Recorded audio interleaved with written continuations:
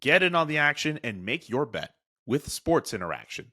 With competitive odds, the best live in play, and more ways to get into the game. Make your next bet with Sports Interaction. Head to sportsinteraction.com/SDPN or download the app to get started. 19 plus. Please play responsibly. Okay, let's go from Ottawa to Calgary. I know I'm in the city, so I'll provide a lot of context here, but I'm still curious about your thoughts. I'll start with the captaincy thing, because it seemed entering the weekend last week that Rasmus Anderson and maybe some other targets, they would look to be the guys at the front of the captaincy debate. Mikael Backlund, of course, would be there too. It's just that the contract, that is what is a big thing holding everything up. And now all of a sudden, we hear more and more reports of the discussion being had about him staying. Even his agent confirmed to me on Friday morning that discussion is being had. And now he seems like the favorite. Jonathan Huberdeau went out of his way to say that Mikael Backlund should be captain.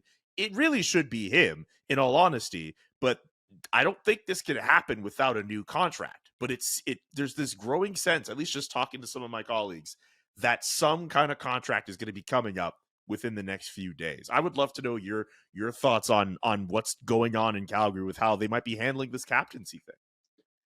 Well, I mean, it's really a Mikael Backlund more than a captaincy thing. I mean, this is why I do know from talking to front office people over the years, like sometimes they really hate when the whole captaincy debate gets going in the media, because obviously it's a very important symbolic gesture from an organization, but sometimes it can complicate stuff, for lack of a better way of putting it, right? And, really, I found the whole Backlund situation interesting that, he was very clear at the end of last season that he didn't really want to engage in contract extension talks over the summer, just because you've got someone who has a legitimate chance to spend his entire career in one city. And that's awfully rare in the NHL. I mean, that basically never happens. You can understand if you're in Backlund's skates, though.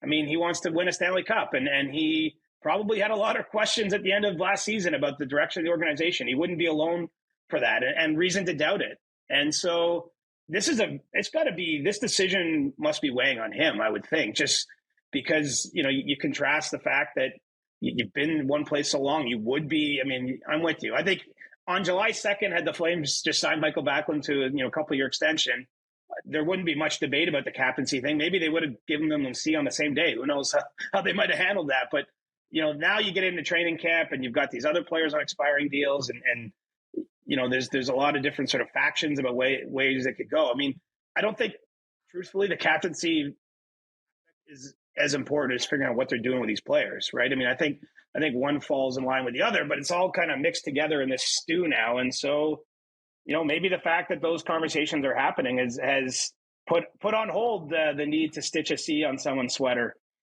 for the time being. It'll be interesting to see where it goes, though. The fact that Mikael Backlund's open to those discussions, though, I think certainly changes the way that the Flames front office and the coaching staff would be looking at that decision. I feel as if because of Backlund's contract situation, the discussion of the C and the contract, there's two C's in the situation. They're linked.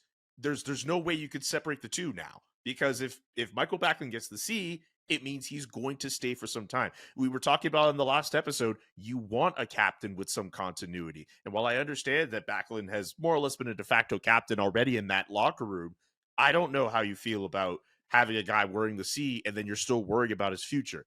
I was talking about with a colleague yesterday.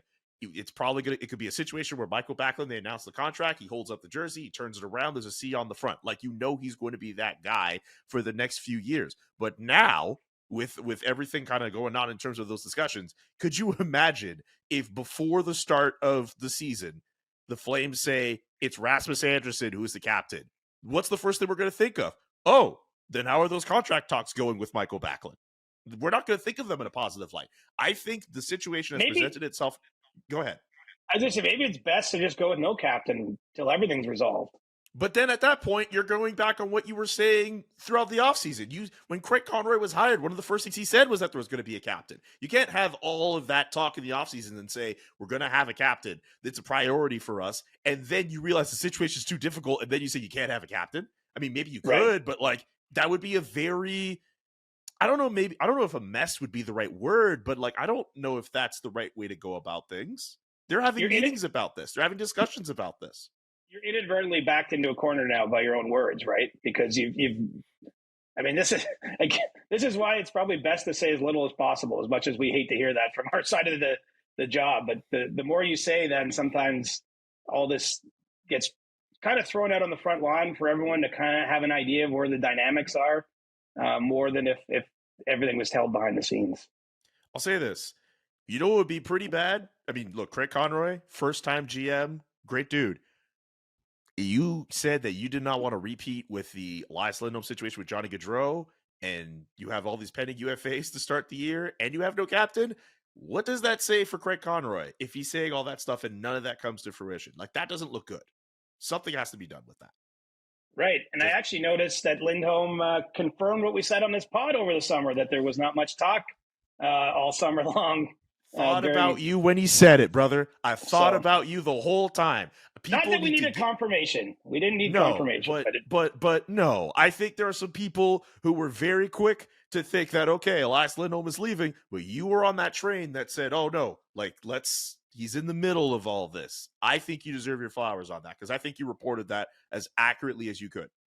And that's not shade to anyone else. I think you deserve your flowers for that. Well, and I think he still wants to stay. It's just, are they going to pay him what he's worth? I mean, go in circles. And then now, if you're the team and you start getting this close to the season, whether you're looking at Lindholm, whether you're looking at Nylander in Toronto, perhaps the Winnipeg guys fall in the same position with Scheifele and Hellebuyck, you're like, well, let's see how these guys play now. Because crazy as it sounds, even if we're talking about tenured NHLers with lots of accomplishments already, how you perform in that platform season does typically, to some degree, influence what the next contract looks like.